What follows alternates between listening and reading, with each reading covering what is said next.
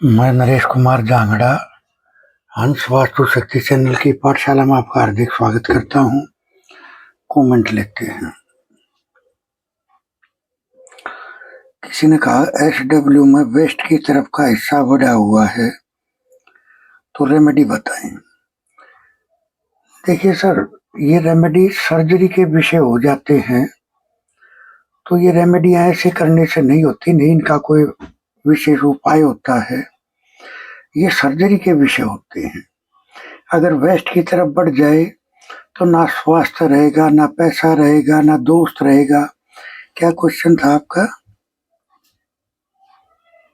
Waste की तरफ बढ़ जाए तो सर, जब कुछ टाइम बीतता है तो आप धीरे धीरे देखते हो, ना दोस्त रहे, ना पैसा रहा, ना स्वास्थ्य रहा। सर बड़ा घातक होता है ये इस तरफ बढ़ना, तो ये सर्जरी के विषय हो जाते हैं।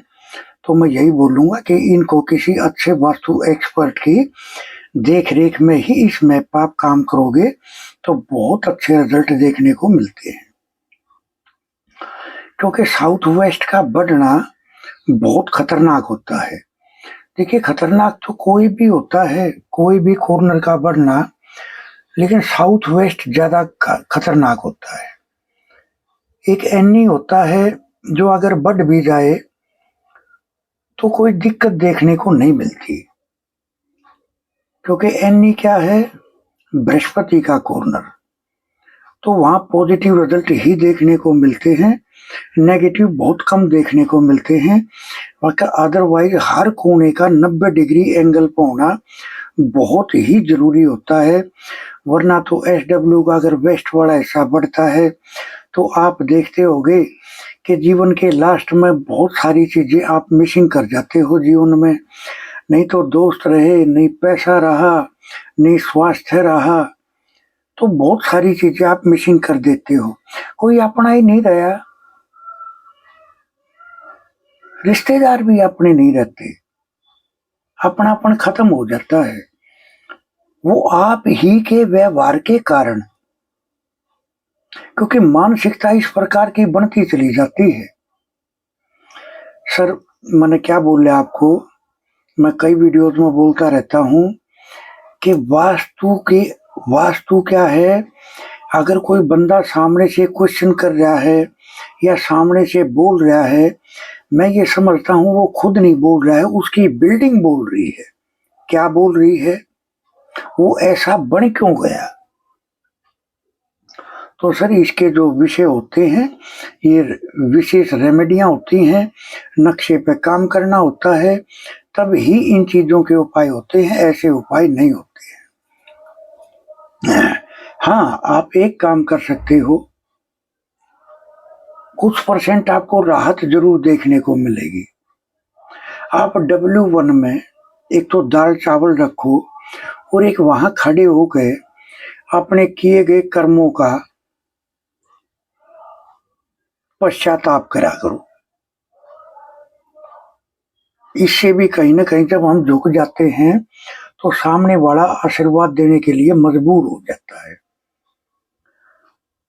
तो वहां आपको अपने पितरों से आशीर्वाद मांगना है, अपनी क्षमा याचना करनी है।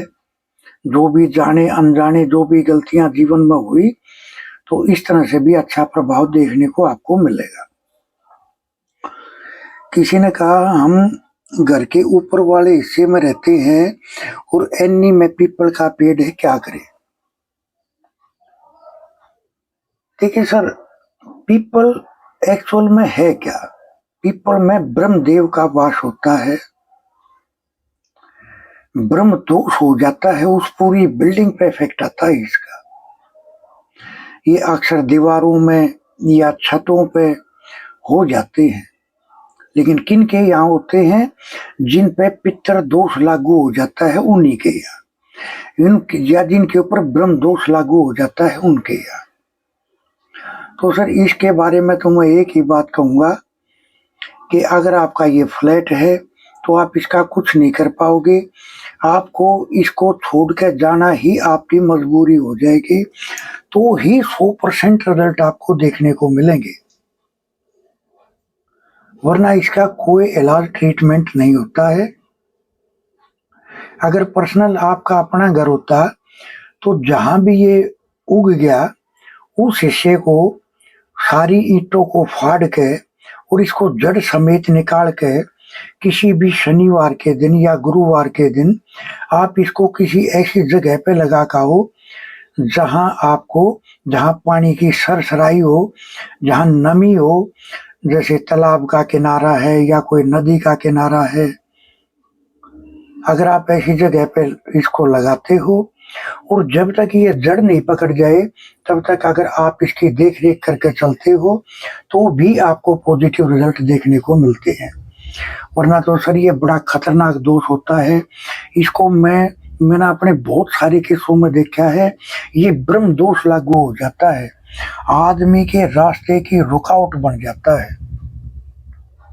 सर ऑक्सीजन देता है 24 घंटे पीपल, अब 24 घंटे ऑक्सीजन ही तो नहीं चाहिए है ना सर। चंद्र स्वर सूर्य स्वर दोनों जरूरी होते हैं, इसमें सिर्फ लेफ्ट वाला स्वर यानी चंद्र स्वर ही ज्यादा चलता है। इसके अंदर आदमी में डर समा जाता है, आदमी के काम कारोबार में रुकावटें आनी शुरू हो जाती हैं, हेल्थ खराब रहनी शुरू हो जाती है, मन मुटाव रहने शुरू हो जाते हैं। तो सर बहुत खतरनाक होता है ये, तो आपको इस तरह से करना चाहिए। तो देखो सर मैं आपको यहाँ एक उपाय बताता हूँ, अगर आप ये उपाय भी करके चलते हो तो इससे भी आपको बहुत अच्छे परिणाम देखने को मिलते हैं। सर रात को सोने से पहले आपको कोई बर्तन लेना है, उसमें अपने पैर रखने हैं और उसमें पानी डालना है। पानी नॉर्मल हो, अगर ठंडी है तो नॉर्मल, गर्मी है तो भी वैसे ही सादा सिंपल पानी। 10 मिनट 20 मिनट उसमें पानी डाल के पैर रख के और आप अपना कोई भी भजन कीर्तन सत्संग या जो भी आप फोन में देखना चाहो, आधा घंटा 20 मिनट हो जाए, यानी सोने से कुछ टाइम पहले आप ये करोगे। और उसके बाद में आप तौलिए से अच्छी तरह से पैरों को पोंछ के उंगलियों के बीच से भी तौलिए को डाल के उंगलियों को अच्छी तरह से साफ करके, यानी पानी नहीं रहना चाहिए। सर सोते हो तो आपको संतान को फायदा होगा, आपसे संतान को फायदा होगा, संतान से आपको फायदा होगा, तरक्की होगी, जो खराब रिश्ते हैं उनमें सुधार आएगा, बीमारियों में आराम मिलेगा, नींद ना आने की समस्या है तो सर अचूक उपाय ही है। और पैसों की दिक्कत चल रही है उनके लिए भी ये उपाय बड़ा अचूक है। सर वास्तु एक ऐसा सब्जेक्ट है जिसके अंदर सब कुछ समाया हुआ है। सर फर्क इतना है, उसको देखना है, पहचानना है, जानना है और ट्रीट करना है। क्योंकि सर अब देखो दुनिया में इतने आदमी हैं, क्या भगवान जी सबके साथ साथ थोड़ी रहते हैं 24 घंटे के बंदे तने ये कर्म बड़ा घटिया करा तो मैं तेरे को ये सजा दूंगा। सर वो वास्तु के माध्यम से ही या किसी सामान ऑब्जेक्ट के माध्यम से ही आपको सजा देते हैं या ब्लेसिंग देते हैं। कौन सा सामान कहाँ रख दिया, अब किसी बंदे के दिमाग में स्वेटिंग आनी है, सर एनी में मोटर आ जाएगी। अब आम आदमी को तो नहीं पता या मोटर रखने का क्या दुष्परिणाम होगा, दिमाग में स्वेलिंग आ जाएगी, दिमाग हमेशा उल जलूल विचारों से ग्रसित रहेगा। ऐसे ही सर हर ऑब्जेक्ट के अपने अपने फंक्शन है,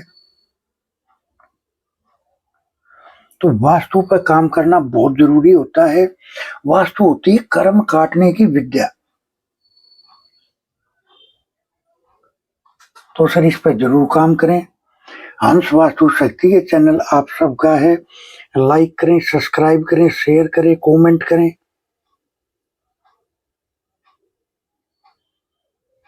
सर वास्तु के एडमिशन ओपन है, सीखने के इच्छुक हमारे से संपर्क कर सकते हैं। वास्तु को बड़ी गहराई से, वास्तु को कई तरीके के माध्यम से सिखाया जाता है, कैसे कैसे हम वास्तु पर पकड़ कर सकते हैं, और कई अलग अलग तरीके से ट्रीट करना सिखाया जाता है, कैसे कैसे आप उनको अलग अलग तरीके से ट्रीट कर सकते हो, किसी भी समस्या से मुक्ति पा सकते हो। तो इस तरह से थैंक यू, धन्यवाद, नमस्कार, जय हिंद, जय भारत।